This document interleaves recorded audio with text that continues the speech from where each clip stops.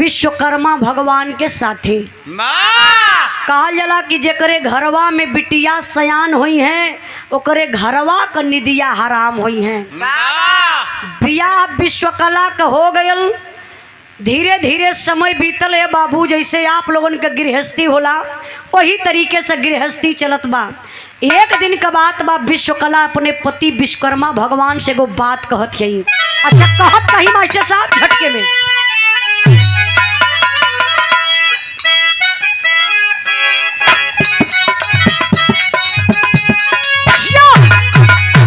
अच्छा नहीं जरूरी बा, वो भी कार्यक्रम जरूरी बा। बलराम भैया कृष्णा भैया घूम फिर के फिर आ जाइए। हाँ हाँ जल्दी आई कहना बका।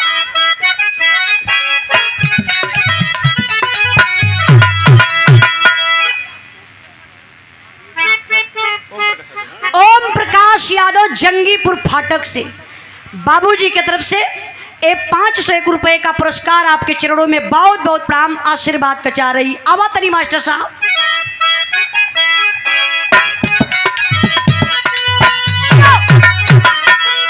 भोला प्यार न कब हो नैहर कह गुजारिया हो नजरिया बन के बस बदरिया ना।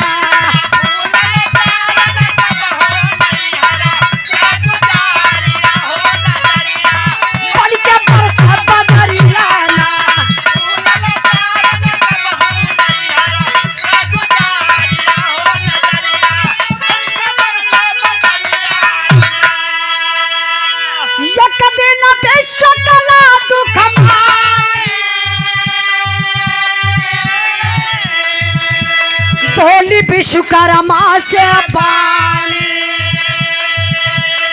सैया बजाओ चक्र बना के हाला विष्णु इंद्र के जाके हमारे भाई बाप कैला नाकदारिया हो नजरिया बन के बस बदरिया ना।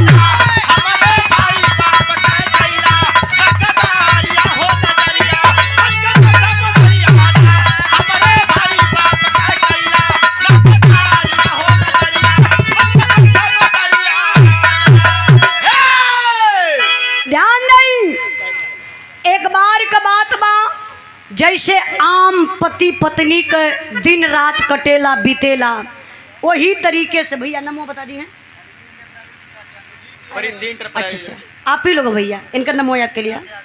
विकास यादव प्रधीन इंटरप्राइजेज विकास यादव बड़े भैया जी की तरफ से 500 रुपए का पुरस्कार भैया के चरणों में बहुत बहुत प्रणाम आशीर्वाद कचा रही और लगातार पुरस्कार देकर के सम्मान किया हमारे बड़े भैया यथार्थ बिल्डिंग मटेरियल सिद्दीकपुर जौनपुर हरिश्चंद्र यादव सुजीत यादव बड़े भैया जी की तरफ से।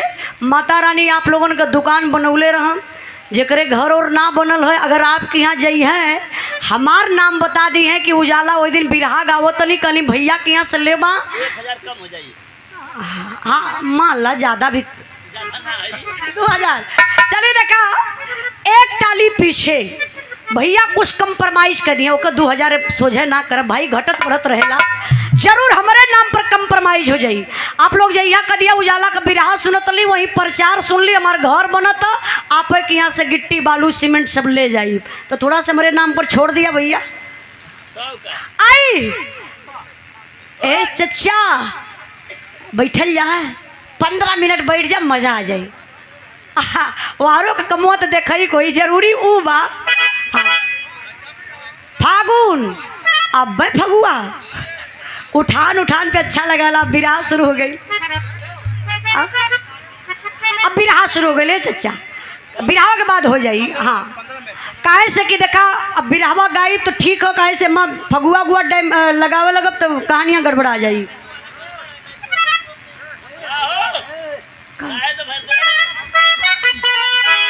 आई बात वो समय का विश्वकला अपने पति से विश्वकर्मा भगवान से को बात कह लगली काली कहो जैसे मान लिया जाए आप लोगन के मेहरारू दिन भर खट ली हैं राती का जब सूते बुदे के जई हैं तो सूते जाई हैं तो उनको दिन भर का पंचायत शुरू हो जाई। माई का, बाबू का, गांव का, पूरा का, खैले का, नहैले का, सब पंचायत। अच्छा, ये मर्दों बेचारों लोगन के हम धन्यवाद देथैला, बहुत जिगर वाला है आप लोग होला। हाँ भैया हो, मेहरारू दिन भर का पंचायत राती कोई काने में फूकी है ना जाना तो हर बहिनी ना खाली दिन भर घूमे की अवनी माई के तोरे तो बतिये छोड़ा कोनो काम से मतलब ना, खाली एक आख थरिया खा लिया और तोरे बाबू दुआरिये पे बैठ के खाऊ खाऊ खाऊ खाऊ करा ना, दिमाग एकदम डिस्टर्ब। हाँ अरे वह बतिया बतावत है ना, हर नारी का ही बात है। जब मर्द गईले राती के कहीं से अइले शुरू पंचायत, वही तरीके से विश्व कलाकाली कहो। ई बतावा, हम सुनले बानी तू बहुत बड़ा कलाकार हुआ, बढ़िया बढ़िया अस्त्र शस्त्र बनावेला, हर देवी देवता के देला। हमरे भैयो बाबू के बारे में कबो कुछ सोचला? हमरे नैहरों के बारे में सोचेला? विश्वकर्मा भगवान उठ के लगला हंसे, कल देखा मेहरारू को जात ई पिटिर पिटिर बोले शुरू कर दली। विश्वकर्मा भगवान उठ के तनी से चिकोटी कटल हाथे से ना। बोला एक तरीका होला, आदमी के अगर भूख लगल बा कहबा प्रेम से ले जी खा ले तो 2 कवर ज्यादा आदमी खा ले, और वही के कहला कि आई गईला चौड़रला मार के लठे लीला तो समझ ला कि 4 कवर खाए के तो बेचारा 1 खबर खाए के उठ जाई। देखा ही भाषा होला, बोली होले। वही तरीके से विश्वकर्मा भगवान विश्व कला से कहलन, का कहला मास्टर साहब?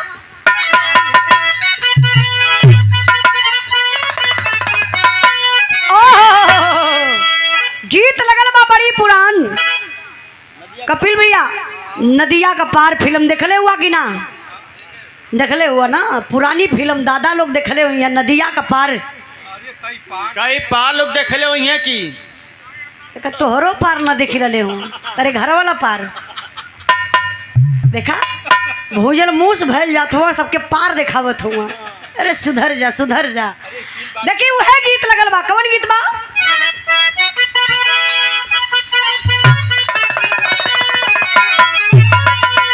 साची कहो तोरैया मन से हमरे,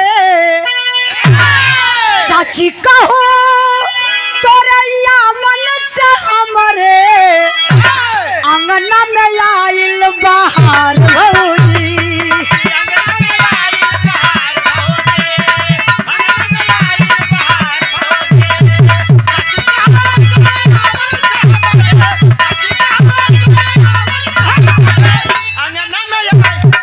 अरे वही भाव पराल पुरस्कार।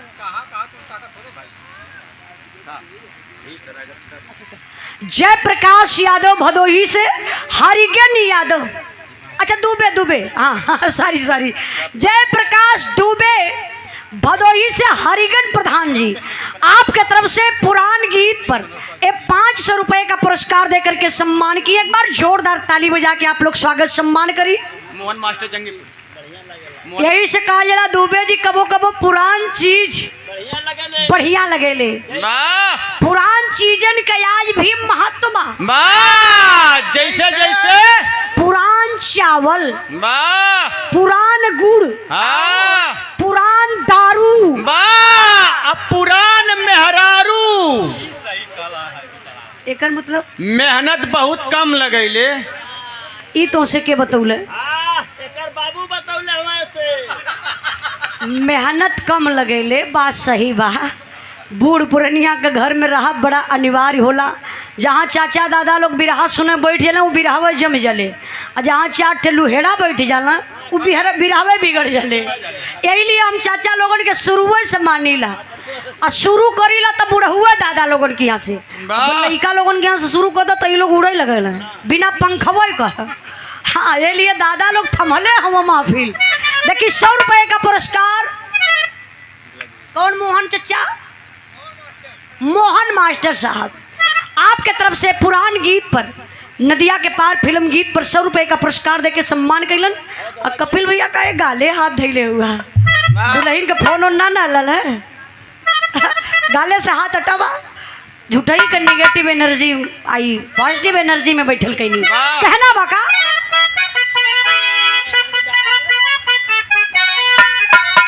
साची कहो तोरैया बनस हमरे, साची कहो तोरैया बनस हमरे, अंगना में आइल बहार भौजी,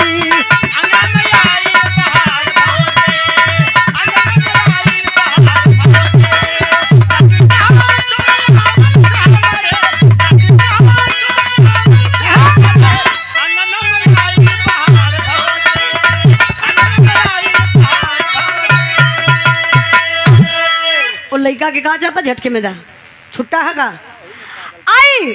अच्छा हमारे कपिल भैया की तरफ से यो गाले पे हाथ है क्या, मैं बड़ा टेंशन में हो गई कहा है भैया ऐसे पाइज के सोचता हूँ। देखा जरा दुल्हन से झगड़ा वगड़ा हो जाए वो ऐसे सोचला का करी। सिंधुआ का मामी 4 दिन से नाराज हो। देखिए 100 रुपए का पुरस्कार कपिल यादव दुल्हा का जीजा, आपकी तरफ से 100 रुपए का पुरस्कार। विकास यादव रेलवे, आप बड़े भैया जी की तरफ से 200 रुपए का पुरस्कार है। बिरहा के भाव पर भैया के बहुत बहुत प्रणाम। देखा इतना कम उम्र का लेकिन भैया बड़े ध्यान से बिरहा सुनत हुआ, बहुत बहुत दिल से धन्यवाद। आई कहानी पर तनी ध्यान दई का मटर। नारी का ताना धाज गरा में, और नारी का ताना धाज गरा में, लागे चारवा का धार बतिया, लागे चारवा का धार बतिया, लागे चारवा का धार बतिया, नारी का ताना धाज गरा में, नारी का ताना धाज गरा में, लागे चारवा का धार बतिया, लागे चारवा का धार बतिया। बाबू का तोहरा जानेला प्रभुताई,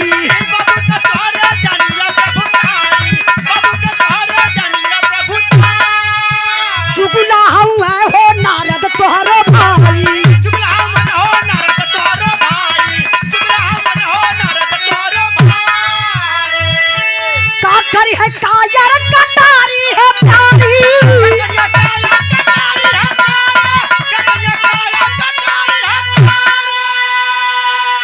का करी है कायर कटारी है प्यारी, शनि बोला सेखी पघार बतिया। सरजू यादव, सरजू यादव, सरजू यादव बड़े भैया जी की तरफ से 100 रुपए का पुरस्कार है। बिरहा के भाव पर भैया के बहुत बहुत प्रणाम। तनी आई बिरहा पर ध्यान दें बाबू, भैया भैया भैया थोड़ा शांति रहे। विश्वकर्मा भगवान अपने पत्नी विश्वकला जी से कहलिन, कहला है ए भैया तनी से कर गेनवा 1 पॉइंट खोलिया तो ऊपर वाले का 1 पॉइंट। विश्वकर्मा भगवान कहले कहो ए रेलवे वाला भैया, रेलवे वाला भैया जात हो का कहां बैठता 10 मिनट आप लोगों से भी रहवा हो। अरे आप लोग हुआ हाँ छुट्टी लेके आला भैया तो कहे भागत हुआ कैसे छुट्टी लेके बा मलकिन से अपने तो उसे कहना है का ना कहना प्राइवेटवा से अपने छुट्टी लेके आला। हमारे कब्बो बड़ी मार हमारे दोस्त हो हमसे बच्चे ना मजे को भैया प्राइवेट का इकुल बतिया बता देला, इकुल पागल आदमी लोग हुआ।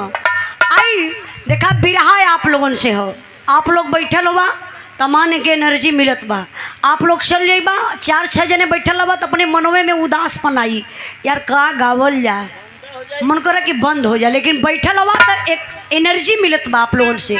तनी बिरहा पर ध्यान दें खाली मात्र 10 मिनट। विश्वकर्मा भगवान अपने पत्नी विश्वकला से कहले कि सुना तुम मेहरारू का जात हो तो के पता ना बा, तोहार बाप ब्रह्मा जी नंबर 1 का कायर, तोहार भाई नंबर 1 का चुगला, कहा नारद जही दिन कुछ न पावे हड्डी फेंक दू कुकुल लड़ावे। मुर्गा का दुकान खोल लेना का नारद कथुआ का मुर्गा का एक मिनट केतुआ का मुर्गा के एक पहले मुर्दा के कहा था ना। मुर्गा का हाँ ई जाए के खरीद लोग खात रहना है, वो मुर्गा का दुकानिए खोलले रहना है। आजा भैया आगे था। क्या बात है। अच्छा भैया के ऐसे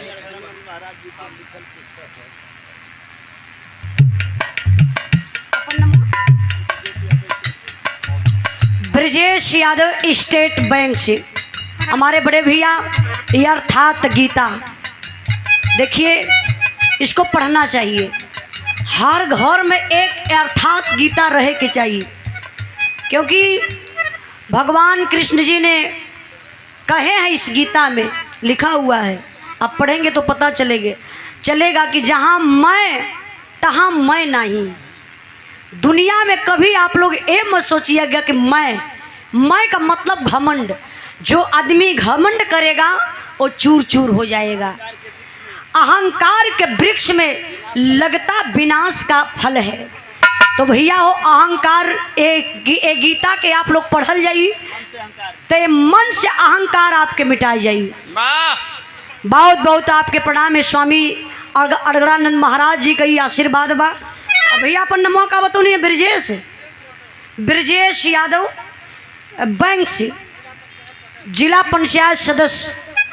बहुत बहुत भैया के प्रणाम, सुंदर पुष्पहार और 101 रुपये का पुरस्कार अर्थात गीता देकर के सम्मान किए। भैया के बहुत बहुत प्रणाम, सब भाई लोगों के नमस्ते प्रणाम। आई तनी बताई हमारे बिरहावा कहाँ पहुँचल रही दुबे जी, बिरहा कहाँ रही है? हाँ देखा यही के गाजला बिरहा का श्रोता, देखला पढ़िला मास्टर साहब, यह लोग भगवान हुआ। एक बार अच्छा यार से बिरहा मार कहाँ रही चचा? भगवान भुला गया। चल अब से सुन ला, भुला गया तो अब से सुन ला। बिरहा का मतलब कहानी। विश्वकर्मा भगवान ही है कहलन कि तोहार बाप ब्रह्मा जी नंबर 1 का कायर। जैसे मान ला आप अपने मेहरारू से बतियावत होगा, वही तरीके से मर्द मेहरारू को बात हो।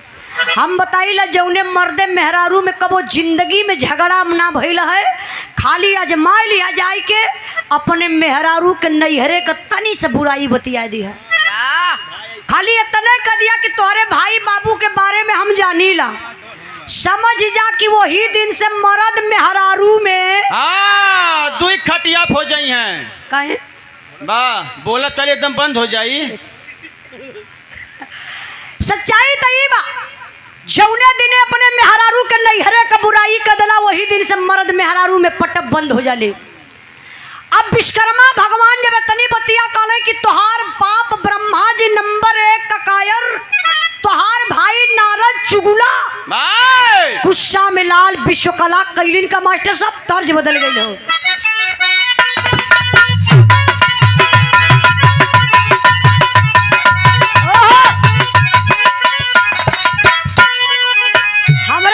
माई बहन लोगन वाली तर्ज लगल बा। गांव में माई बहन नवरात्र में गावेली, गंगा जी के जगावे। जय प्रकाश यादव दुबे अर्गे हरगेन प्रधान जी भदोही से। प्रधान जी मक्के बा। अच्छा अरे प्रधान जी बहुत बहुत धन्यवाद। जय प्रकाश दुबे, अरे बाबूजी के देखत बनी, बहुत बहुत प्रामी प्यार बा। 501 रुपये का पुरस्कार माता रानी आप लोगों को दोस्ती बनौले रहे। अब प्रधान जी अच्छा जयमाल पे आशीर्वाद देवे। हाँ नहीं जरूरी बा, आप लोग जात रही हैं, बाकी लोगों की भेजत रही भैया। अच्छा अजीत यादव ग्राम विकास अधिकारी बाहुद्दीनपुर के धरती से यही बैठल हुआ भैया, बतैबो ना कैला है। 100 रुपये का पुरस्कार देके सम्मान के लिए भैया के बहुत बहुत प्रणाम। चला अच्छा रोज तो दूसरे लोगन का टेंशन लेके आप लोग परेशान रहीला, आज अपने बदे जी ले। विनोद यादव आरो प्लांट जंगीपुर फाटक से हमारे भैया के तरफ से 100 रुपये का पुरस्कार और लगातार पुरस्कार हमारे बड़े भैया अर्थात बिल्डिंग मटेरियल सिद्दीकपुर जौनपुर हरिश्चंद्र यादव सुजीत यादव बड़े भैया जी की तरफ से बहुत बहुत प्रणाम। तनी आई बिरहा में तर्ज बड़ी बढ़िया लगल बा। कौन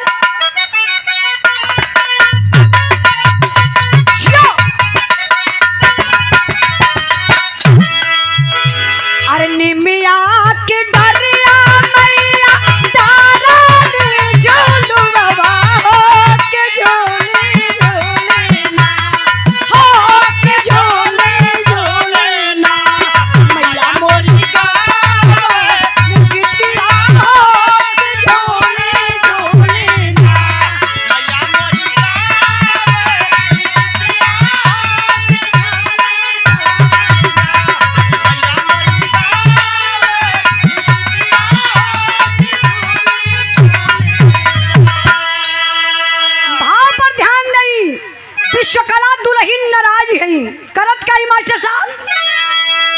अरे सैया के मुहावा सुन के नैहर का बुलैया रे मनवा धोल भइलना, रे मनवा धोल भइलना, साला चितिया में मेहनवा रे मनवा धोल भइलना, साला चितिया में मेहनवा रे मनवा धोल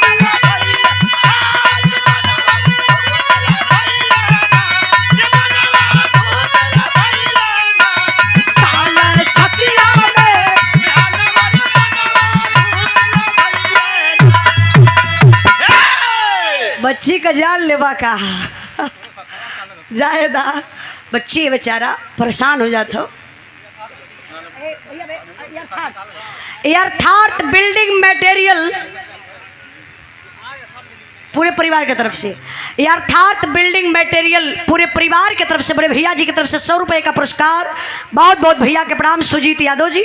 और 100 रुपए का पुरस्कार दुल्हा का भाई भैया जयमाले पर से लपटेला। बहुत बहुत दिल से धन्यवाद, बहुत ईमानदार व्यक्ति हुआ। अरे भैया ये लगी गए ना, पैसा वाली बात ना बा, इतनी कीमती समय मान के देत बानी, सबसे बड़ी बात बा। विकास ग्राम विकास अधिकारी भैया का नमो तो भुला गई भैया, आप लोग के जयमाल पे ना जाए क्यों? चला ठीक है, ऐसे बैठल रहा। हाँ ठीक है, ध्यान दई। विश्वकला दुल्हन नाराज हो गई, और नाराज हो के पुरान साड़ी नई साड़ी सब कपड़ा लस्ता कुल इकट्ठा कैली, गठरी बनाई के यही कखिया तर ऐसे दबौले, कखिया तर दबाई के धीरे से भैया निकल गई नैहरे। देखी सम्मान के निक्की यादव आजमगढ़ सपा कार्यकर्ता, क्या बात, हमारे आजमगढ़ की धरती से 51 रुपए का पुरस्कार भैया के बहुत बहुत प्रणाम। और 100 रुपए का पुरस्कार भोले शंकर यादव टीटी रेलवे से। आप भोले शंकर यादव टीटी रेलवे से, ये भैया टीटी हुआ, बहुत बहुत धन्यवाद। कहाँ से? घराती पक्ष से भैया के बहुत बहुत धन्यवाद। भैया मुंबई वाले रोड पे चलल कि ना? चलत हो ना, नंबर इनके दे दिया। इनकर दीदी हमेशा आवल जायल करेली, लेकिन तरी संभार के रहे। हाँ उनकर हाथ गोड़ कुल चलबो करला, ले प्रचार करतला भैया। हाँ इनके वैसे आदमी है चाहत बा तरी से आई तरी बिरहा पर ध्यान दई, मस्ती कलली है। अमान का सारा लगल है, हमरे भैया का सारा तमानों को हुए लगी है। ये भैया का सारा ना पूरे संसार का ही सारा हूँ भैया, पूरा संसार का सार हूँ। ई का होता पूरे संसार का ना बहुत सम्मानित व्यक्ति हूँ। आई तनी बिरहा पर ध्यान दई। विश्वकला दुल्हन नाराज हो के चली गई नैहरे। अच्छा जरा आप लोग अपने में सोचल जाए कि अगर मेहरारू नाराज हो के नैहरे चल जाई तो मर्द के कैसन बुझाई। अजाना ला टीटी साहब बहुत उदास लगत है, मेहरारू से झगड़ा ना भैलियो। अच्छा हो सके कि मासूम चेहरा है भैया का हो, ये कैसे पकड़त हो जब क्यों टिकटवा ना लेत हो तब का करत हो। अरे भैया एक बार ई जानत हो, एक बार एक टीटी के फंसा दल। बताई भैया आपके कि ना ऐसा केस मिलतो होई। अमान का मुंबई रहल भी रहा तो भैया रामोद यादव घराती पक्ष से बाबूजी की तरफ से 151 रुपए का पुरस्कार। आपके चरणों में बहुत बहुत प्रणाम, आशीर्वाद का चाह रही। खाली एक मिनट सुनल जा खाली बात। तो ये का कहलन कि टिकट तो लहले न रहना, का तू उजाला तू घबरा मत ना, हम टीटी कबो पकड़ी न पाई। देखा पकड़ी पई है ना, रेवा लोग कहला बुरा मत मनिया, हम कबो टीटी सर पकड़ी न पाई। अच्छा तो टीटियों लोग कुछ ऐसा उन्होंने उबिया लेना ना, आपके ये मतलब कहला कि इतना मासूम भैया ये कैसे फैनिया मारत हुई है, इनका कलम काँप जाते कहीं जाने दो, छोड़ो छोड़ो जाने दो, भागो साले। तो जानत हुआ अब सब तो बैठल हो, टीटी साहब सुनल जाए, सब अपने अपने सीटी पे बैठल हो। ये टीटी के देखते तुरंत घुस गई ना लैट्रिन में, अच्छा वो टीटीओ साहब चला कर कल सरवा जात लेटरिन में मैं देख के जब ले सारा निकली ना तब ले ही खड़ा रहा टीटी साहब खड़ा ई समझ गई कि टीटी साहब चल गई अभी ई जब गेट खोलना तब ले टीटी साहब के मतलब फिर भीतर आ गई भीतर आए के एक टिकट पुराना लाले रहले ओई लेटरिन में बोर धले छी पागल आदमी बुरा मत मनिया सही बताते वही में बोर के भैया लकड़ी से लेके आता हूं तब टीटी साहब कहला साले दो चार गाड़ी दे के मरबो न कल कहला साला ये दुनिया का नरक आदमी इसको हटाओ हटाओ जाओ साले जाओ जाए के बिना टिकट में को बैठला आराम से उतर गई ना तो कबो कबो ऐसा लोग यात्री मिल जाते हैं आपो से ना ऐसा लोगन के साथे का कह जाला कहते जाओ साले छोड़ो इसको जाने दो आई तनी बिरहा पर ध्यान दई बिरहवा कहाँ पहुँचल हंसी में खत्म ना हो जाए हाँ वही वही वही विश्वकला गई नहीं हरे हम बताइला मेहरारू नाराज होली तो कहाँ जाली पता बा बा ट्रेन से कट के मरा खाती अब मर्द नाराज होना तो वो ठीका पे जाना नहीं कहता फांसी पे झूल के मर जाना है पागल कहीं का मेहरारू नाराज होली तो अक्सर उन नहीं हरे जाली अब विश्वकला चली गई नहीं हरे भैया भैया भैया थोड़ा शांति नहीं हरे चली गई विश्वकर्मा भगवान के ना रहे जात बा दिमाग लगौले विश्वकर्मा भगवान बिना कंत कामिन कल्पे अरे बिना कंत कामिन कल्पे कामिन बिन कल्पे कंत लाचार कलाकार काहे के कल्पे जकरे हाथे हुनर यार बिना वेदना से पीड़ित विश्वकर्मा जी मन किए विचार बना के पत्थर की मूर्ति तब विश्वकर्मा किए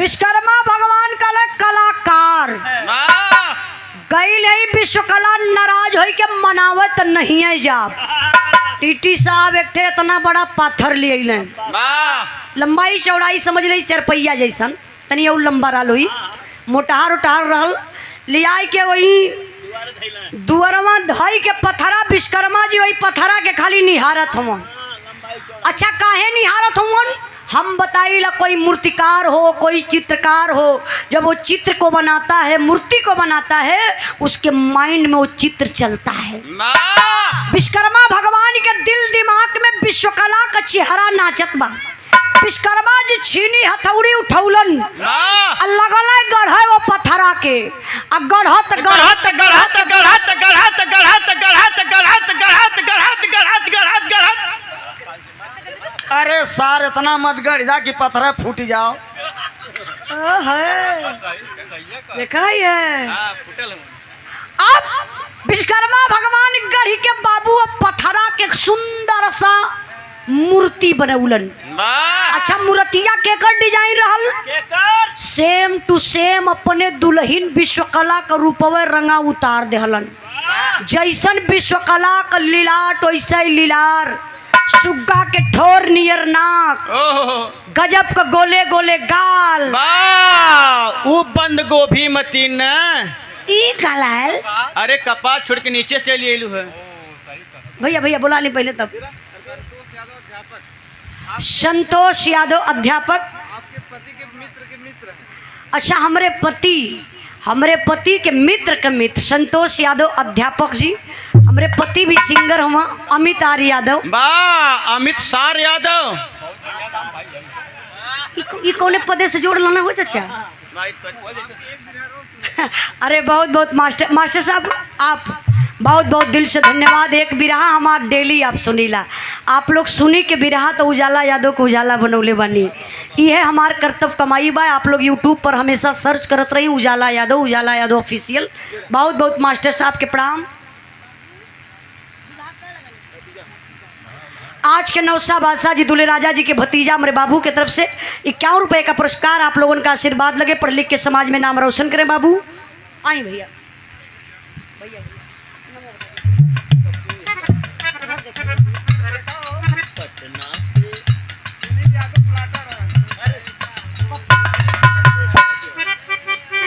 पप्पू स्कॉर्पियो वाले भैया आपके तरफ से सुंदर पुष्पहार और 100 रुपए का पुरस्कार भैया के बहुत बहुत प्राम आशीर्वाद कचा रही हाँ हाँ हाँ एक बाद भैया की होश हो देखी मास्टर साहब ध्यान दई, विश्वकर्मा भगवान ओ पत्थरा के मूर्तिया के बनाई के लकड़ी के गहना बनौलन, कान का कुंडल, नाक का नथुनी, गले का मंगलसूत्र, कमर का करधनी, पाँव का पाँव जेब, नकली बार बनाए के गजब का सेनूर पहिरौलन। देखे में ऐसा लगे कि बेलचा से डालल है एकदम, नहीं जीसीबी से डालल रहल। विश्वकर्मा भगवान काले मूर्तिया बिना कपड़ा का मजा ना देत बा। एक ठे लाल कलर का साड़ी रहल बाबू, विश्वकर्मा भगवान वही पथरा के मूर्तिया के पहनाए देहलन।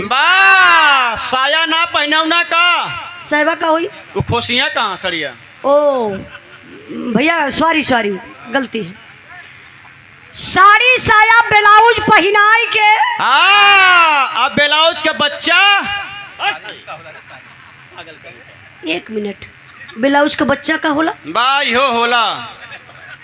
अच्छा इहो होला, कहाँ होला? ई मेला में बिकला, लाइन से टंगल रहला। भैया इनकी दुकान हुई ब्लाउज के बच्चन का। नहीं हमें तो ना पता, सॉरी, हम आप लोगों से माफी मांगत हिला, हमें बिल्कुल ना पता हो। संतोष अपने मलकिन दहले हुआ। संतोष? हाँ हाँ संतोष, देखा जो पगड़ी बनले हुआ वो संतोष मौका देखा, ये संतोष के चक्कर में पड़ जाइए, नहीं तो भैया कहें भैया हम तो जनता नहीं ब्लाउज का बच्चा। ए भैया अगर केहू को जरूरत पड़ी तो इनके घर दुकान है ब्लाउज के बच्चन के। अरे पागल आदमी, ऐसा बात बोलता जब सब जानत, ब्लाउज तो सब जानत हो, अब ब्लाउज का बच्चा का होला हम खुद ना जानत है। होला भाई बच्चा तो हो थोड़ी चला बस, हाँ हो थोड़ी ब्लाउज का बच्चा। विश्वकर्मा भगवान साड़ी साया ब्लाउज पहनाई के देखिए कन्या पक्ष से आप लड़की के छोट भाई कृष्णा बाबू की तरफ से 51 रुपए का पुरस्कार, आप लोगों का आशीर्वाद लगे, पढ़ लिख के समाज में नाम रोशन करे। विश्वकर्मा भगवान है बाबू साड़ी ओड़ी पहनाई के ठीक दुअरिया के समनवा ऐसे देवलिया के यहाँ ऐसे वो ठंगाई के मूर्तिया के खड़ा कर डाले। काहे यही लिए खड़ा कैले कि उनके जब कोनो सामान उमान गढ़े के रहे ठीक दुआरी के सामने बैठ जाए, गढ़बो करें, और जब उनके विश्वकला का याद आवे तो उलट के ऐसे लाइन मारे लगे। वो ट्रांसफार्मर रहली का देखा, ये पागल आदमी के विश्वकर्मा भगवान वही पथरा के मूर्तिया के देखा लगे, ना सह जाए ना रह जाए तो ये बाबू अपन हथियार उठाए के फेंके कहाँ ये फेंक के वही पत्थरे के मूर्ति के पास जाए के करे का मास्टर साहब तर्ज लगल बा। अरे गोरा के गईला, अरे गोरा के गईला सवटी के आइला करिया नौकरिया पिया छोड़ी दा, अरे नौकरिया पिया छोड़ी दा, चन जाया कोई लरिया नौकरिया पिया छोड़ी दा।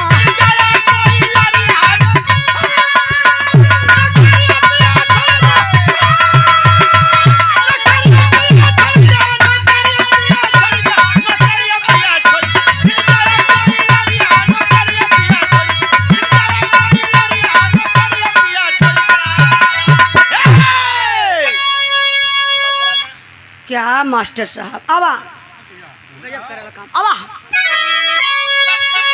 किया रे पत्थरा न पहचान, किया रे पत्थरा न पहचान, हाय कामे नजरिया सजरिया सोवै मुरहा, अरे सजरिया सोवै मुरहा, हाय तानी के चदरिया सजरिया सोवै मुरहा।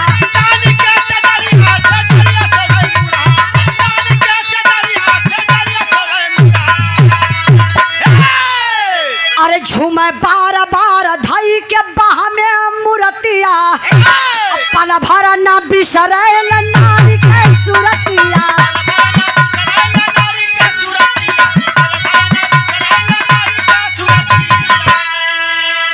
ध्यान दई एक बार का बात बा, असिरकी विश्वकला ब्रह्मा जी के घरे अयार विश्वकर्मा भगवान वही पत्थरे के मूर्ति के साथे जिंदगी बितावत हुआ। एक दिन ब्रह्मा जी बड़ा क्रोधित भइलन, कहले कहो बिटिया के अइले इतना दिन भयल, दमाद कबो हलियो चाल लेवे ना अइलन, गुस्सा में लाल टीटी सब जात हुआ का। अच्छा है, ओ समझ गई नहीं, एक नंबर जल्दी सही है। अब विश्वकर्मा भगवान के दरवाजे पर बाबू ब्रह्मा जी अइलन। अच्छा ब्रह्मा जी जब विश्वकर्मा जी के दुअरवा अइल तब गजब हो गया। अच्छा बिरहा में गजब का होता मास्टर साहब, अंतरक लाइन। अरे आए विश्वकर्मा के घर पर क्रोध मानी, अब मूर्ति पे गिर गए कमंडल का पानी।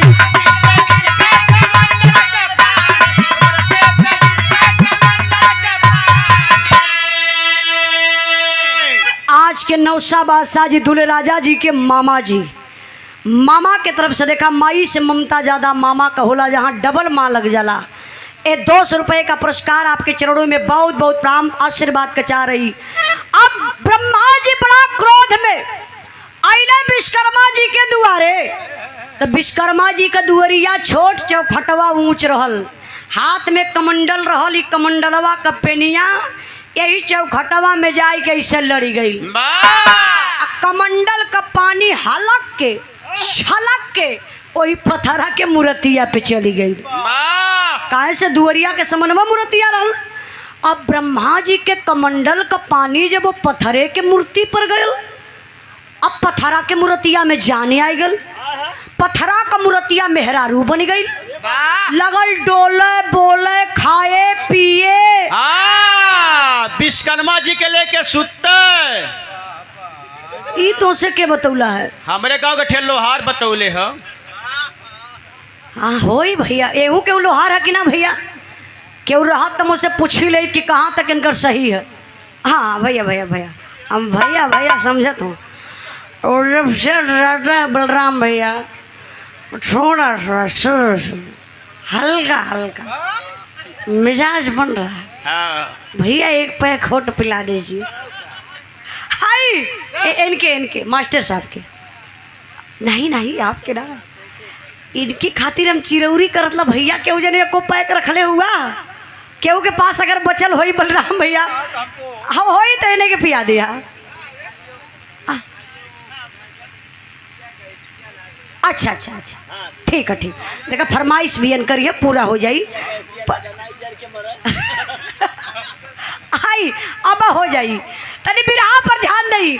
विश्वकर्मा भगवान है बाबू बहरे, अब ब्रह्मा जी के कमंडल के पानी से पत्थरे का मूर्ति मेहरारू, ब्रह्मा जी का 10 उंगली घीव में, या 10 ठेरी फाइन में हो गई। ई कैसे जो ने ठेर नहीं हरवा रहल। हाँ ब्रह्मा जी के सॉरी, अब विश्वकर्मा जी के 2 मेहरारू हो गई, एक ठे पथरा वाली जो मेहरारू हो गई एक, और जो नाराज होई के नैहरवा गई 2। अब विश्वकर्मा जी का दिन कटत बा ये बाबू। एक दिन ब्रह्मा जी अपने बेटवा नारद से कहले कि नारद कुछ दिन पहले का बात है, हम दामाद के घरे गलली, देखली दामाद जी दुअरवा रहल, कौनो मेहरारू को चूड़ी घरवा में बाजत रहल। जाता बेटा पता लगाया उतारे बाबू, इतनी बात जब नारद जी सुनलन तक कैलन का मास्टर साहब,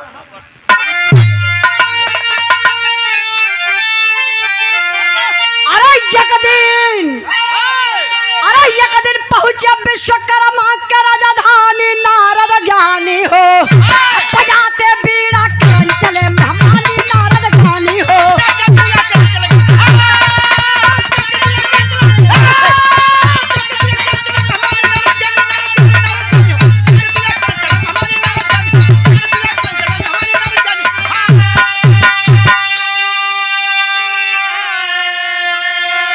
खुशी खुशी से गले मिले, हंसी के बहानों इशार हो, जब भगत में जुटी गई विश्वकर्मा प्रेम परसार हो। अरे विश्वकला तब लेके आई पानी, नारद ज्ञानी हो, अब देख बहन को अकल तुरंत चकरानी, नारद ज्ञानी।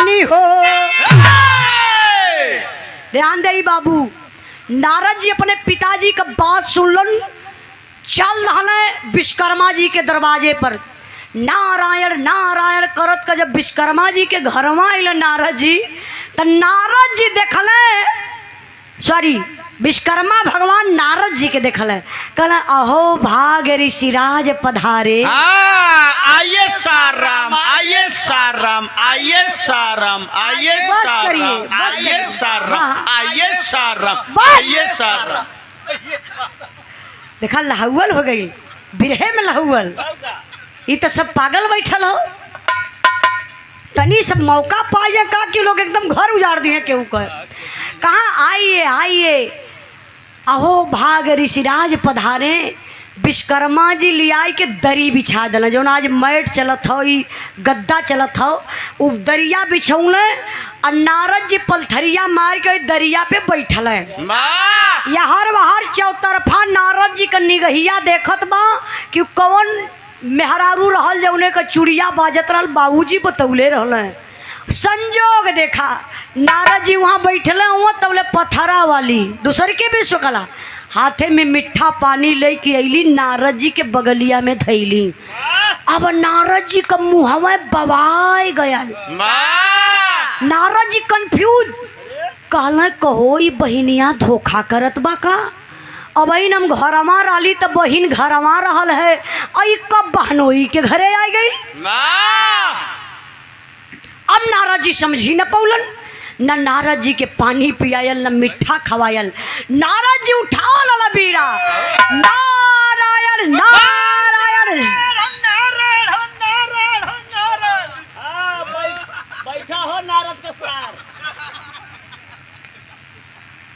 चला चलबा गाय बजाय के आज घर में चलबा, अब तोहर हम परीक्षा ले भाई।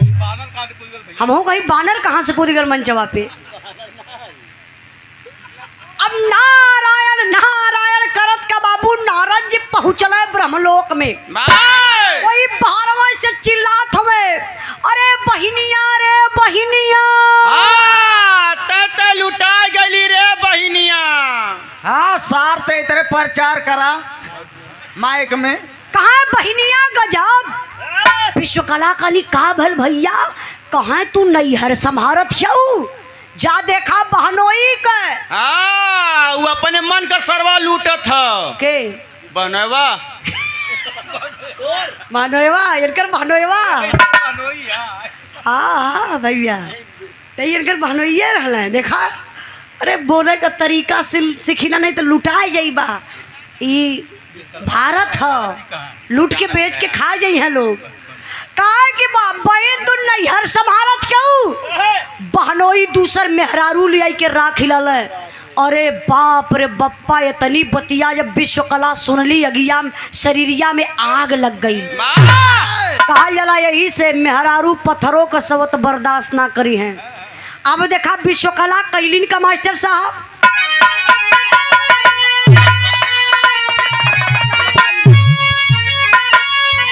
अरे बतिया सुना तो लागल दिल में यगिनिया बाबू।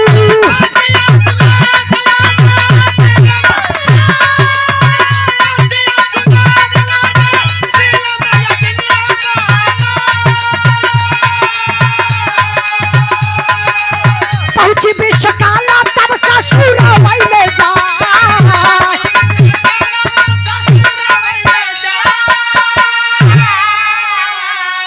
अरे बोली विश्वकला विश्व कर्म से बचनिया भैया।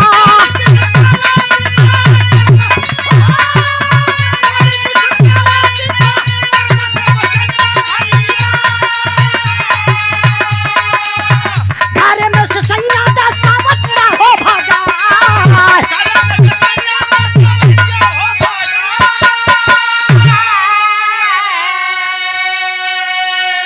ध्यान दे बाबू। विश्वकला जौन गठरिया लेके गई लली ससुरवा से, यही काखी तर दबौली मास्टर साहब नैहरे से आ गई ससुरे। विश्वकर्मा जी बैठल वहाँ दुआरे आए के लगली डांटे, काली कहो तोरे शर्म ना लगत बा। विश्वकर्मा जी कहला अरे बाप रे बाप, ई तो देवियो पधार दहली। और एक ठे देवी घरा में हई। कहाँ देवी कैसे, कहाँ देवी न देवता, बतावा उस सवतिया बाई कहाँ। विश्वकर्मा जी कहना के मतलब कहाँ का, कहाँ के कहाँ का ना। अच्छा तब बिहौती विश्वकला दरदराइल घर में घुस गईली और देखत हई भैया वो पत्थरा वाली विश्वकला वही अंगनवा में सूत के मैक्सी उठाए के हवा ले छियो। अच्छा ही गल ना देखा लगा था। अभी के तुमसे बतौले बा मास्टर साहब अच्छा देखी इनाम बोल ली तब भैया अमन यादव, अमन यादव मेहरावा से हलवाई भैया की तरफ से 100 रुपये का पुरस्कार भैया के बहुत बहुत प्रणाम आशीर्वाद कचा रही और लगातार पुरस्कार देकर के सम्मान किए। मुकेश घरेलू आटा चक्की घर घंटी बड़े भैया सिविल लाइन रोड जज कॉलोनी के सामने जौनपुर से भैया की तरफ से 100 रुपये का पुरस्कार। हर घर में घर घंटी होके के चाहिए। अच्छा हमारे घरे बा आजमगढ़ बा जौनपुर ना बा। आजमगढ़ वाले में हम जकिल अगर हेतनो अगर पीसे के बा मतलब पकौड़ियों मन कला बनावे के हेतने डाल के पीस के लग दे ओरिजिनल घरे पाजी बा। तब इन जौनपुर वाले घरे ना बा तो जरूर हम आपके दुकानी से लेबा भैया। ये पतो रख लिया इनके दुकानी चल जाए तो हाँ तो हम के लोग ले लिया भैया। ये तो फ्रीए में पाई जाइए। हम भैया फ्री की बात ना करते हैं। आपके दुकानी पे आई पैसा भरपूर दे के लेबे ध्यान दही। अच्छा अब विश्वकला गईली बाबू देखली नकल की विश्वकला पथरा वाली सूतल यहीं बर्दाश्त कैसे हुई है झोटावाई पकड़ लानी कली करे सबतिया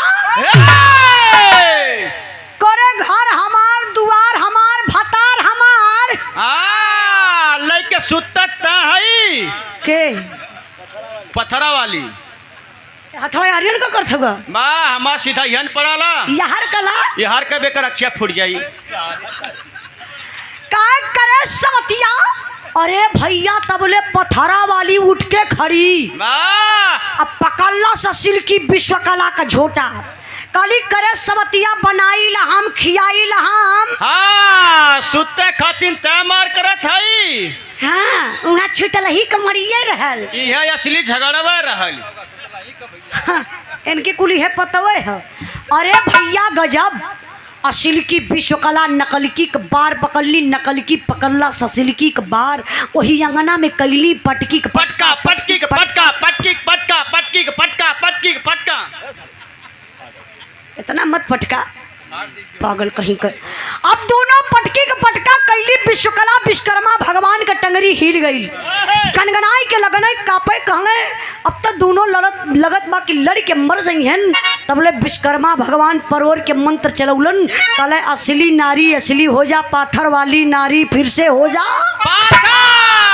पथरा वाली स्टाफ असली की विश्वकला कली देखा देखा सवतिया कहे गेनवा खोलिया गेन कहाँ देखा सबतिया के भतारे कमाई खा के कैसे चिकन आइली है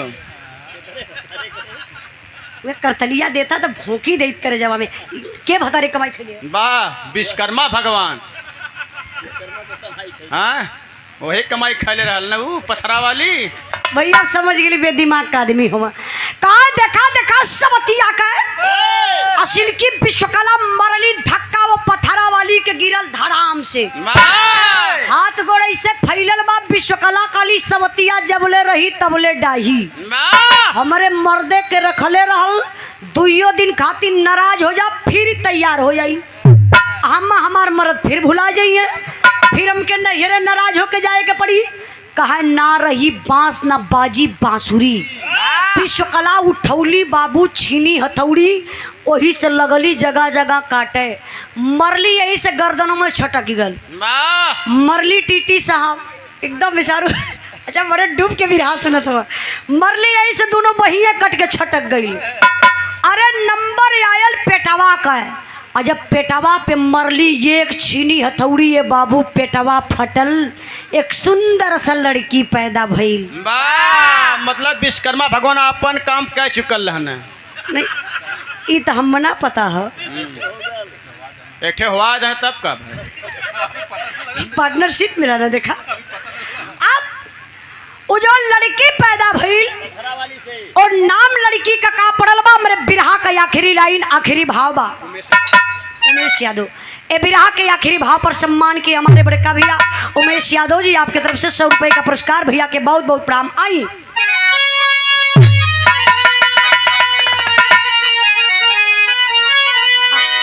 नंदलाल अच्छा, नंदलाल यादव गोसाईपुर के धरती से बिरहा के आखिरी भाव पर सम्मान किए भैया 100 रुपए का पुरस्कार देके भैया के बहुत बहुत प्रणाम, आशीर्वाद का चाह रही। आई कहना बा, अरे बड़ा नाम कन्या का जगमगरती,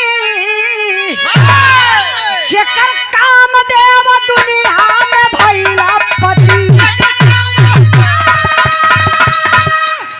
अब ले ले भैया, तो क्या नाम भी हाँ? अच्छा टीटी साहब, ए हम तो यह सोचत रह गई ये फैनिया कैसे मारत हुई है, निर्दयी मत इनका दिल ना लगत हो। एक आठ टीटी लगने नहीं साले, पहले तो तुमको हम जेल भेजेंगे।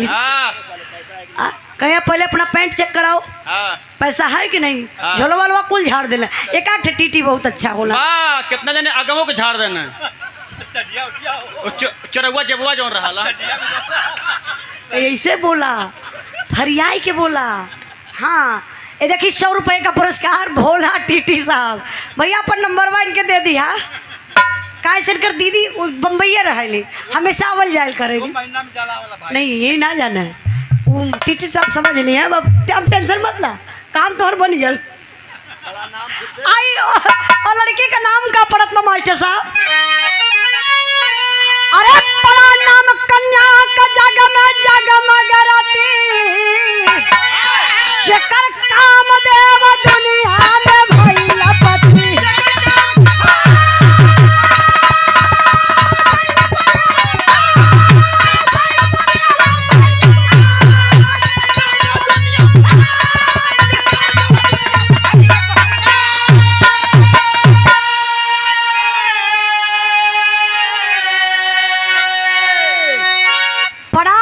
कन्या का जग में जगमग रती, जेकर काम देव दुनिया में भइले पति। और लड़की का नाम पड़ल रति। रति जब सयान भइलिन तो उनकर बियाह भयल कामदेव से। अच्छा कामदेव के बा हम बताइला टीटी साहब, टीटी साहब 1 मिनट खाली और आप लोग सुनी मत बतिया। कामदेव आज भी हर एक इंसान के अंदर पावल जलन। कृष्णा भैया हमारे पार्टी में एक जने के काम जो खत्म हो गया हवन के कर ये मास्टर साहब के कामदेव। अच्छा हम बताओ थी बाबू, कामदेव आप लोग जाना लगी ना के बा? कामदेव अगर अपने असली रूप में आए जाना, अच्छे अच्छे ऋषि महात्मा पुरुष लोगों का कंठी टूट के ताखा पे धरा जाले। राम रहीम के देखला और आसाराम के देखला और नारायण साईं के देखला और सीमा हैदर के देखला। बड़ा चलाक आदमी भैया, ये कुल कहाँ पावल बतिया? मास्टर साहब बता मैंने। अच्छा गुरु तू ही हुआ, ठीक है तू पैसा लिया हम तो के दे ला। हाँ वही आज। अच्छा देखी कामदेव बहुत बड़ी गलती कैलन। कामदेव के शिव जी जलाय के भस्म क दलन। रति जाय के रोवत है कि बिना पति के नारी का कवन गति, हमरे पति के जियाई दई। शिव जी कहले ये जन्म में ना अगले जन्म में तोहरे पति के जियाई, फिर तोहार बियाह कराई। अगला जन्म का भयल, बियाह कैसे भयल, हमार बिरहा यही जे खत्म भइल। अगला पार्ट आप लोगों के सुने के रही तो हमारे चैनल पर चल जाइए उजाला यादव ऑफिशियल पर। ए बिरहा के आखिरी भाव पर डॉक्टर संतोष यादव आपके मित्र के मित्र हैं। अच्छा आपके हमारे हस्बैंड के मित्र क्या है? आप डॉक्टर प्रोफेसर टीडी आप doctor Santosh Yadav assistant professor, आप मोहम्मद हसन, ये डिग्री कॉलेज। क्या बात है, आप लोग किताब कापी पे जाची ला ना, किताब ना कापी। चला तब ठीक बा, हमनों के डॉक्टर रही तो जांच दिहल जाई। ये 200 रुपए का पुरस्कार दे करके सम्मान किए, बहुत बहुत आपके चरणों में प्रणाम। सब भाई लोगों के नमस्ते प्रणाम। बलराम भैया बहुत बहुत दिल से धन्यवाद। हमारे आप कृष्णा भैया जो जिला पंचायत के भावी प्रत्याशी हैं, बड़े नेक इंसान, बड़े अच्छे इंसान आप हैं। बहुत बहुत भैया के प्रणाम। आप लोग कीमती टाइम दिहल गल जे वह क्षेत्र में हो तो ये मेरे भैया का सपोर्ट आप लोग जरूर करिए। हाथ जोड़ के निवेदन करत बानी आप लोगों से। बिरहा का आखिरी लाइन आखिरी भाव बा, कुछ गावे बजावे में गलती भइल होई तो आप लोग क्षमा करने का कष्ट करिएगा। आई अरे नजरिया तरस नारी के बिना